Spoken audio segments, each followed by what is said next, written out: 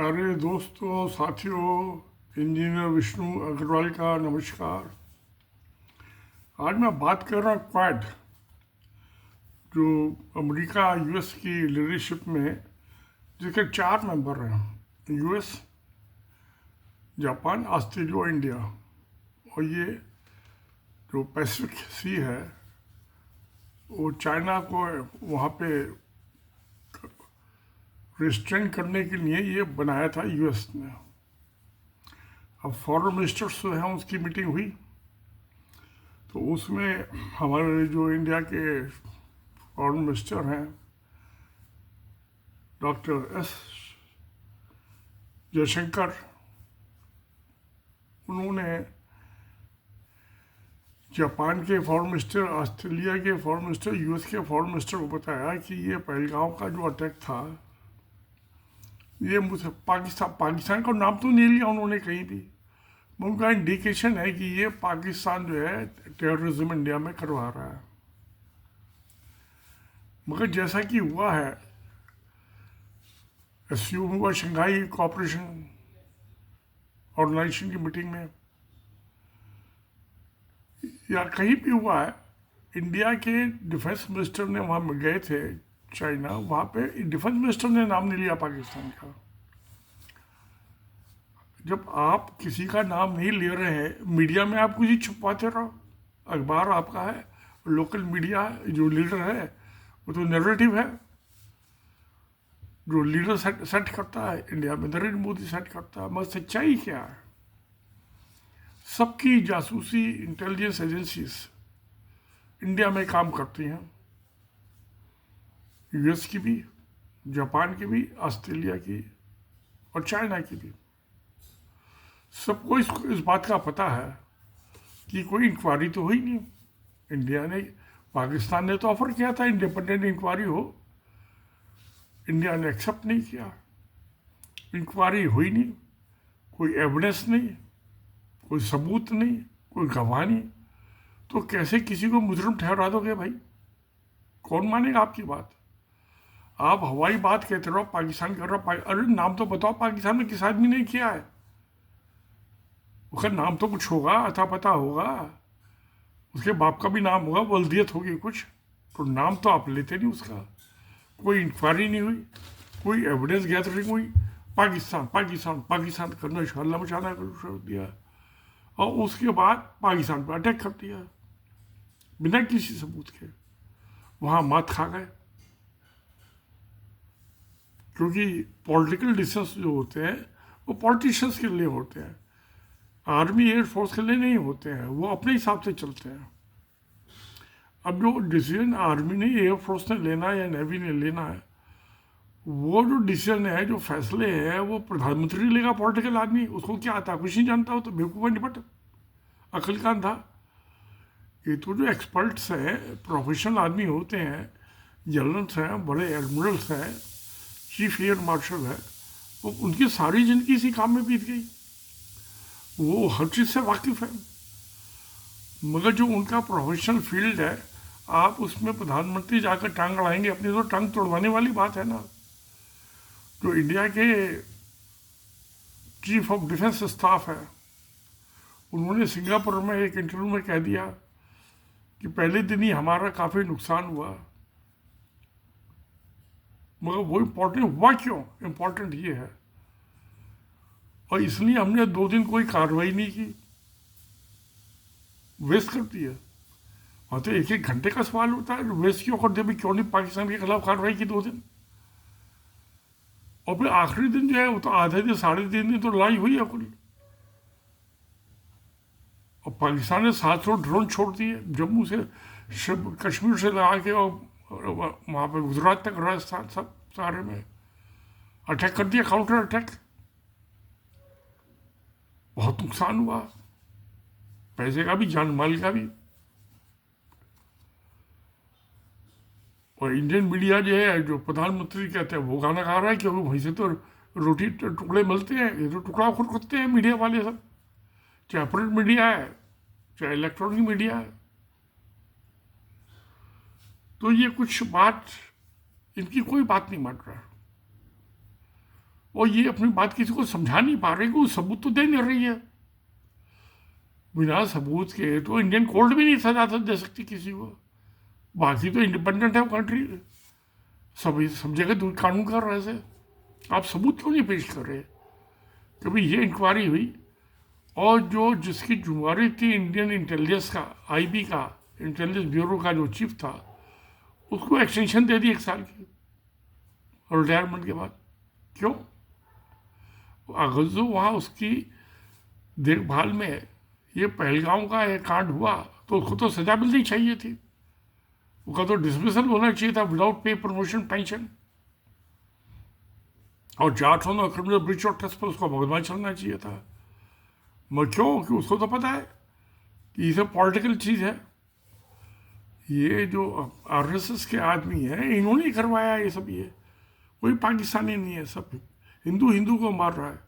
मेरी जो 28 मई और 3 जून की 2 वीडियो हैं, 3 जून की वीडियो में मैंने क्रिश्चियंस के खिलाफ जो आरएसएस के आदमी ने हत्याएं की हैं, और 28 मई 2025 की वीडियो में तो मैंने बहुत सारे 10-12 केस साइट किए हैं जिसमें आरएसएस के प्रचारक ने आरएसएस के प्रचारक को मारा है। दोनों हिंदू, महात्मा गांधी भी हिंदू और उसको मारने वाला नाथुराम गौडसे भी हिंदू। गांधी बनिया, वो ब्राह्मण, नाथुराम गौडसे। तो हिंदू हिंदुओं को मार रहे हैं। हिंसा जो आतंकवाद तो ये शुरू से चल रहा है, 48 से भी पहले से चल रहा है, आज़ादी से 47 से पहले भी। आरएसएस तो बिना आतंकवाद के, उसकी तो लाइफ लाइन है, जी नहीं सकता। आरएसएस तो जो राष्ट्रीय सेवक संघ है जिसका बीजेपी मुखौटा है, तो आरएसएस की जो लाइफ लाइन है वो हेट नफरत मुसलमानों से, ईसाइयों से, सिखों से। उसके बिना तो उसकी अपने आप मौत हो जाएगी, खुदकशी हो जाएगी। और क्योंकि इस बात का सबको पता है कि ये आरएसएस और उसकी पार्टी ये मोदी करवा रहा है, उसका प्रचारक है। अब जो है यहाँ दिल्ली में आरएसएस के 3 दिन की पूरे इंडिया के 260 प्रचारक और मोहन भागवत चीफ और सारी जो उसकी लीडरशिप है टॉप की, वो दिल्ली में अपना जमघट लगा रहे हैं। तो कायदे में तो मोदी प्रचारक है आरएसएस का, इसको भी वहाँ जाना चाहिए था, मौजूद रहना चाहिए थी, उनकी आवभगत करना तो होस्ट होना चाहिए था अपने मेहमानों का। ये भाग गया 4 दिन के लिए अफ्रीका, गाना वारा टूर कर रहा है। तो उनका मुँह, अपना मुँह नहीं दिखाने के काबिल प्रचार आरएसएस में। इसकी जो हरकतें हैं, आरएसएस तो अब इसको हटाना चाहता है। वो हटाएगा, वो हटाए कैसे? इसके पास तो गवर्नमेंट की पावर है, इन्फोर्समेंट डायरेक्टरेट है, सीबीआई है, इनकम टैक्स डिपार्टमेंट है, बहुत सारे डिपार्टमेंट। तो इसने तो बहुत मालामाल करा दिया आरएसएस के प्रचारकों को, लीडरों को। तो ये पैसा मनी मैटर्स, और वो सब 2 नंबर का पैसा, ब्लैक मनी है, जिसे 12-12 मंजिल के इन्होंने दिल्ली में और नागपुर में अपने ऑफिस बनाए हैं। तो छापे पड़वा देगा, रेड करा देगा उन पर, पकड़ के जेल में डाल देगा, जमानत नहीं होने देगा। तो मोदी को तो पता है उसकी ताकत का, कि गवर्नमेंट की ताकत है। मोदी की क्या ताकत? कुछ भी नहीं है। उसके लिए तो अमित शाह ही काफ़ी है इनको निपटाने के लिए। सबको आ जाइए, 260 आ जाए या 360 आ जाए, है ही 260 जो प्रांत प्रचारक है, और बाकी और प्रचारक है, संसद चालक, उसका डिप्टी सेक्रेटरी, सारे के सारे आएंगे। क्या करेंगे? कुछ नहीं। तो मोदी तो भाग गया, जिससे इनकी शक्ल ना देखनी पड़े। अपने घर में दुश्मन होते हैं ना, और भाई भाई को ही मार के तो राजा बनता है, किंग बनता है। तो मोदी भी चीफ मिनिस्टर बना था, हिरेन पांड्या को मार के ही बना था ना। वो तो होम मिनिस्टर था, इससे ज़्यादा सीनियर प्रचारक था। और नरेंद्र मोदी जो है मोहन भागवत से सीनियर प्रचारक है।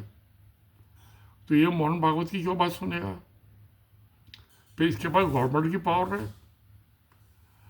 तो इसलिए इसके माँ बाप कुछ ही करे, ये इसका कुछ ही सलाह मशवरा करें, वापिस जाए दिल्ली से खा पी के मौज करके। जो चप्पल फटकारता हुआ फलता था पैदल साइकिल पे प्रचारक, आज वो एसयूवी में चल रहा है। पैसे का मोह सब रईस हो गया बेचारे। और क्योंकि इनमें शादी करने की पाबंदी है और उसके प्रचार को, तो सब प्रोस्टिट्यूट्स के पास जाते हैं और शराब पिए मौज मस्ती करते हैं, जुआ खेलते हैं, सारे ऐप आ गए इनमें, एक दूसरे का कत्ल करते रहते हैं, किसी में कोई कंट्रोल नहीं है, कोई अनुशासन नहीं है। तो प्यारे दोस्तों, अब जब ये सब हो रहा है तो मोदी का तो जाना ठीक ही था। इन नालायकों की कौन शक्ल देखे। मगर जो ये इंटरनेशनल लेवल पे जो हो रहा है, क्योंकि हमारे फॉरेन मिनिस्टर ने कहा कि अगर जो उसका जो रेजोल्यूशन पास होगा क्वाइट का, तो उसमें अगर पाकिस्तान का नाम नहीं होगा तो मैं साइन नहीं करूँगा। मत करो साइन। वो तो उन्होंने वहाँ पे भी नहीं किया था, शंघाई कोऑपरेशन काउंसिल में, उस मीटिंग में भी साइन नहीं किया, कहीं साइन नहीं कर रहे। जाओ अपने आप अपना मुंह काला करके निकल जाओ बाहर, मत करो साइन। ना डिफेंस मिनिस्टर साहब साइन कर गया है, या फॉरेन मिनिस्टर साइन नहीं करेंगे। मगर जो उनकी बाकी टीम की आमराय है, मानी तो वही बात जाएगी। तो इस तरह से आस्ता आस्ता करके ये नरेंद्र मोदी सरकार ने इंडिया की इज्जत का फलूदा बना दिया, बट्टादार रख दिया। जो डंका बजा रहे थे, इनका अपना एक डंका भूल गया ढोल। क्या ये सब चलता रहता है। अब जो साराक है, मैंने कल कहा था, साउथ एशियन रीजनल कोऑपरेशन की जो एसोसिएशन थी, तो वो 2015 से तो हुई नहीं मीटिंग, 14 के बाद, क्योंकि इंडिया पाकिस्तान में मीटिंग होनी थी। मोदी अगर मान जाते तो हिंदुओं के वोट कट जाते हैं, हिंदू वोट नहीं देते। सवाल वोट का है, तो पाकिस्तान से नफरत दिखानी पड़ेगी ना। मगर चलता नहीं। अब जो चाइना कर रहा है, उसने कहा दिसंबर तक, इस 2025 में वो बर्मा को भी शामिल कर लेंगे इसमें। पाकिस्तान अफगानिस्तान तो है ही इसमें वाले, ईरान को भी शामिल कर लेंगे। और जो ईरान के साथ जो ये सेंट्रल एशिया के कंट्री हैं, 3, 4, 5 सब मुस्लिम कंट्री, उनको भी शामिल कर लेंगे इसमें। तो ये साउथ एशिया के साथ साउथ सेंट्रल एशिया हो जाएगा कोऑपरेशन एसोसिएशन। तो वहाँ पर इंडिया और छोटा हो जाएगा। इसकी बात कहाँ चलेगी। तुमने नहीं जाना, नहीं जाओ, जाओ मीटिंग में, क्या फ़र्क पड़ता है किसी आने जाने से। वो बात तो आमराय से ही होगी ना, क्योंकि ईरान से तो इंडिया का बॉर्डर लगता था 1947 से पहले। बर्मा 1937 तक इंडिया का पार्ट था। अफगानिस्तान 1919 तक इंडिया का पार्ट था। अफगानिस्तान से ईरान के सबके बॉर्डर लगते हैं सेंट्रल एशिया के कंट्री से। तो उनको अगर जो इसमें साराक में शामिल किया जाता है तो गलत क्या, ठीक ही है। बल्कि जितने ज़्यादा आदमी शामिल हों प्यार मोहब्बत में, शांतिपूर्ण समाधान में समस्याओं के, तो उतनी अच्छी बात है ना। क्यों प्यारे दोस्तों, आपकी क्या राय है? मेहरबानी क्या कमेंट बॉक्स में लिखिए। I will appreciate much. आप मेरी बात से सहमत हैं तो भी मैं आपको अप्रिशिएट करूँगा, नहीं सहमत है तो उससे भी ज़्यादा सहमत आपका शुक्रगुजार हूँगा। तो फिर जब यही सच्चाई है तो सत्य में जयते। नमस्कार, धन्यवाद।